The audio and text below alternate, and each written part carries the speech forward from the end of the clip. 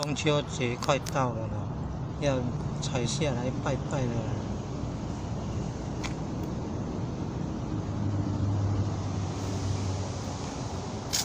你看，火龙果生命力多旺盛啊！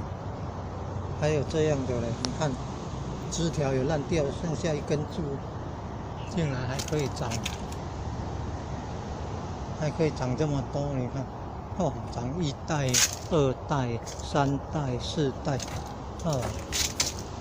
火龙果生命力这么旺盛，没有包袋子的还好，这一次还有结果，还好这一次还有结果，但是看这样好像还没有成熟。